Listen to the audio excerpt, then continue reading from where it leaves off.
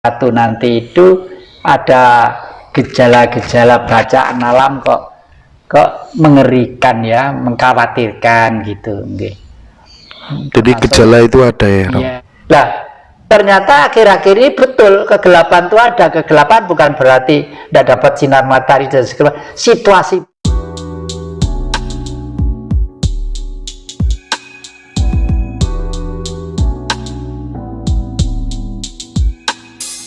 Ada yang tanya, jenengan kan selalu belajar tentang banyak kitab itu dari beberapa atau lintas agama lah barangkali. Bagaimana yang Jati Kusrumo menyikapi fanatisme di dalam beragama? Begitu orang beragama mulai fanatik, disitulah dia akan gagal mencapai Tuhan. Karena orang masuk agama itu sebenarnya belajar mencari Tuhan. Kalau sekolah ya harus lulus. Kalau udah lulus itu cirinya apa? Bertuhan. Kalau sudah bertuhan, tidak ada skat ya, tidak ada sekat, tidak ada kelompok dan golongan. Besok kalau mati itu enggak, Sang Maha Pencipta, kamu agamanya apa? Ayo sana, kaplingmu sana, kamu sana, kamu sana. Kamu orang Islam, Islam apa? Apa aliranmu apa? Mazhabmu apa? Nasrani, atau Kristen apa Katolik? Gerejamu di mana? Enggak seperti itu udah enggak ada. Itu semua adalah buatan manusia supaya hidup ini berbudaya, beradab. Lah, wong belajar beradab kok gak lulus-lulus, ya keliru toh. Yang enak bertuhan. Saya itu belajar untuk bertuhan, artinya apa? Ya cinta kasih kepada semuanya. Berarti secara eksplisit orang beragama belum tentu dia bertuhan dong? Belum tentu, masih berjalan untuk bertuhan ya. Oleh karena itu sudahlah, tapi ya tetap baik, tapi ya itu harapan saya segeralah lulus, karena titik terakhir peradaban manusia secara global ini kelihatannya ada gejala-gejala bacaan alam kok mengerikan ya, mengkhawatirkan gitu. Jadi gejala itu ada ya, dan yang Jati memberikan saran ya ngurangi makan, ngurangi tidur ya, supaya selamat dari garu yang lewat itu ya, tadi gitu ya, yang ya garu yang lewat. Hukum malam itu apa? Hitungan zaman itu sudah jelas, hari ada 7 bulan, 7 bulan. Wong Jawa nyebut pitonan. Ada pitung tahun windu. Ada 70 tahun rata-rata umurnya manusia. Ada 700 tahun, mau tidak mau harus ganti zaman. Ya.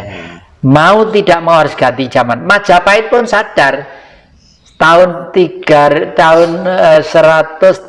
tahun itu sekitar 1400 berapa itu ya, Majapahit terakhir itu ya, mau tidak mau zaman memang harus ganti ke zaman modern ini. Makanya dan Bung Karno sebenarnya sudah menggantikan bangsa ini menjadi bentuk kerajaan, meskipun namanya presidentil ya, presiden yang memimpin presiden, tapi punya perdana menteri. Nah, inilah yang tidak dikehendaki oleh Barat. Belum ada perdana menteri Juanda, ada perdana menteri ini, menteri inilah. Karena apa? Karena kalau perdana menteri yang melaksanakan dinamika politik salah, hak veto dari presiden itu ada. Kalau sekarang ini tidak ada. Presiden memberi veto dianggap menentang haknya rakyat, hak asasi manusia dan lain sebagainya. Itu kan kacau itu. Ya untung kemarin itu ada peristiwa itu, TNI dan ABRI itu sikapnya tegas ya, mengabdi kepada keutuhan NKRI. Jadi cepat tanggap dan mengambil tindakan preventif sebelum menjadi puing-puing di Indonesia ini gitu. Banyak orang mengaku spiritual tapi masih sering menganggap spiritual yang beda dengan dirinya itu keliru, salah, kurang jangkep dan lain sebagainya. Padahal harusnya kan tidak begitu yang Jati. Ya syukurlah Banyak orang yang menganggap dirinya spiritual, paling tidak seseorang itu berusaha untuk berjalan dengan baik, hidup dengan baik. Tapi seyogianya kalau sudah berani menggunakan cap spiritual, itu tidak boleh melemahkan, menjelekkan, mengkonotasikan pihak lain itu belum spiritual. Karena apa? Nama saja spirit. Spirit itu artinya jiwa. Jiwa manusia tidak sama. Kakek ini sekeluarga dengan istri kakek, dengan anak kakek, dengan cucu kakek, untuk mengangkat spiritual, kalau mengangkat Tuhan gitu ya, nggak sama kemampuannya. Ya, kalau misalnya, ini misal loh ya, jangan dikonotasikan yang real. Misalnya Tuhan itu 100 kilo, ada yang kemampuannya cuma 10 kilo, ada 20 kilo, ada 5 kilo. Itu semua adalah kemurahan, ya. Dan itu harus disebarkan supaya tidak saling nuding. Itulah sebabnya Bung Karno menaruh sila yang pertama, ketuhanan yang Maha Esa. Jadi Tuhan itu hanya satu, hanya Esa, satu. Ya, ketuhanan itu semua menuju ke yang satu.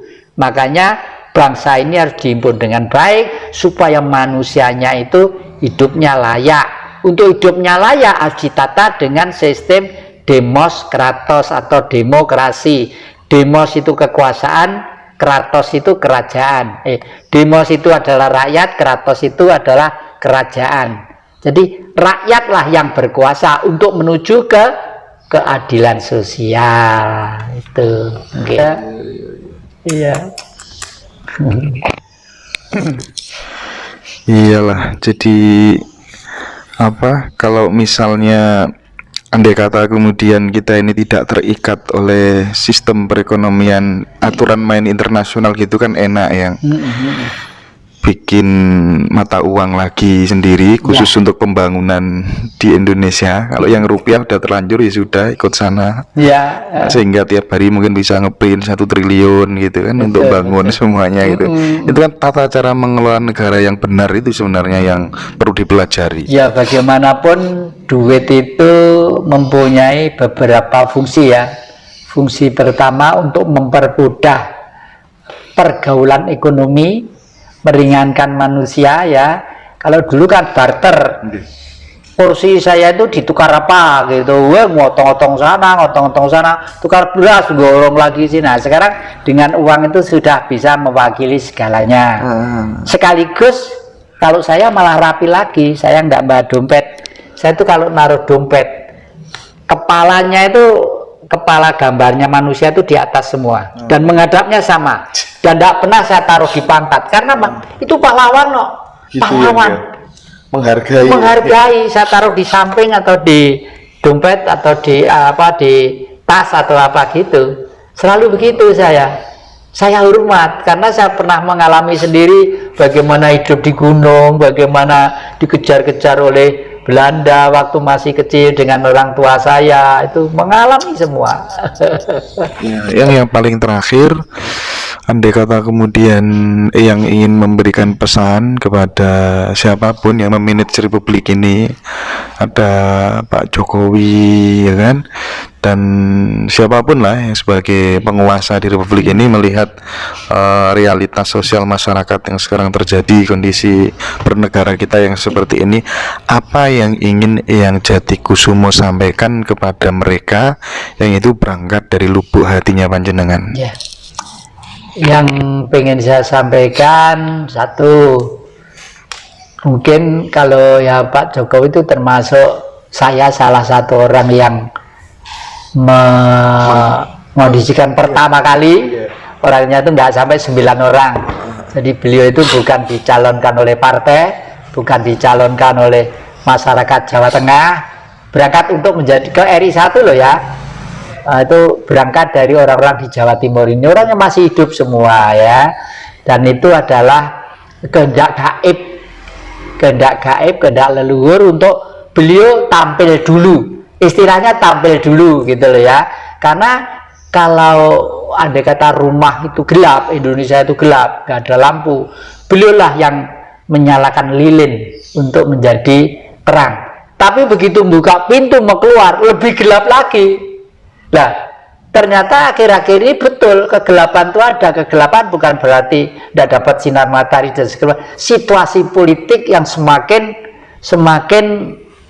kacau, semakin rancu, semakin sulit terprediksi. Ya untungnya saja masih punya TNI dan Polri yang memegang teguh Sabta Marga, sehingga punya inisiatif untuk ambil tindakan preventif karena itu perintah atasan.